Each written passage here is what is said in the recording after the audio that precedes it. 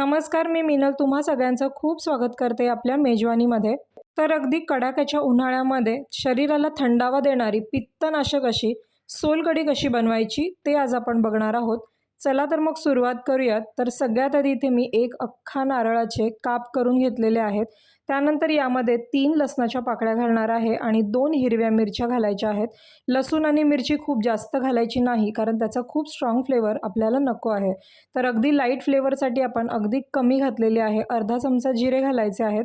जर तुम्हाला सोलकढीला proper colour हवा असेल तर या साईजचा तुम्ही छोटा बीटचा तुकडा यामध्ये घालू शकता। तर एका साईडला इथे मी 10 ते 12 कोकम घेतलेले आहेत। तर इथे मी मिक्सरमध्ये थोडंसं गरम पाणी घातलेलं आहे आणि कोकममध्ये सुद्धा गरम पाणी घालून हे भिजत आपल्याला साईडला ठेवून द्यायचे आहेत। तर कोकम आता भिजण्यासाठी साईडला ठेवून देऊयात आणि आपण मिक्सरमधून हे फिरवून घेऊयात।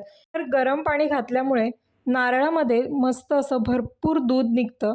तर तुम्ही बघू शकता छान असं आपण बारीक केलेलं आहे। यामध्ये मी आता बीट घालते, तुम्ही आधी घातलं तरी सुद्धा चालू शकतं।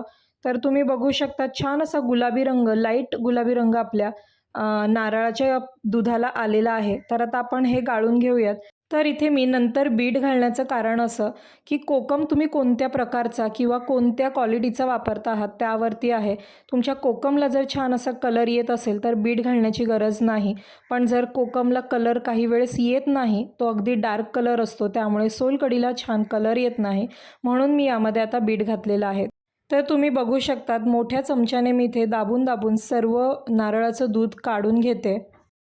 तर पूर्ण आता नारळाचं दूध काढून झाल्यानंतर जो आपला चोथा आहे नारळाचा तो पुन्हा एकदा आपण मिक्सरच्या भांड्यामध्ये घालायचा आहे। त्यामध्ये गरम पाणी घालायचं आणि पुन्हा एकदा मिक्सरमधून फिरवून घ्यायचं। यामुळे काय होतं तर छान असा व्यवस्थित भरपूर असा नारळामधला जो रस आहे तो पूर्णपणे व्यवस्थित निघतो।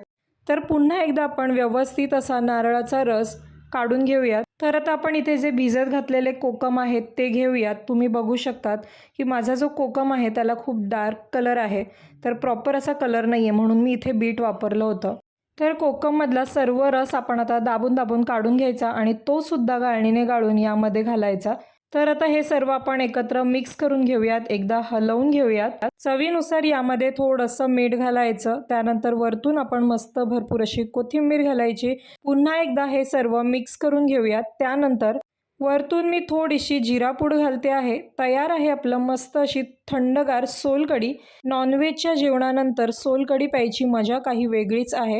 ही सोलकढी छान अशी थंड करून मग प्यायची आहे, त्यामुळे तुमच्या शरीराला तर थंडावा मिळतोच, पण ही अतिशय पौष्टिक सुद्धा आहे। तर तुम्ही सुद्धा या पद्धतीने सोलकढी नक्की ट्राय करून बघा, कशी होते ते मला कमेंटमध्ये कळवा। आणि जर तुम्हाला माझा व्हिडिओ किंवा माझी रेसिपी आवडली असेल तर प्लीज व्हिडिओला लाईक, शेअर आणि सबस्क्राईब नक्की करा। धन्यवाद।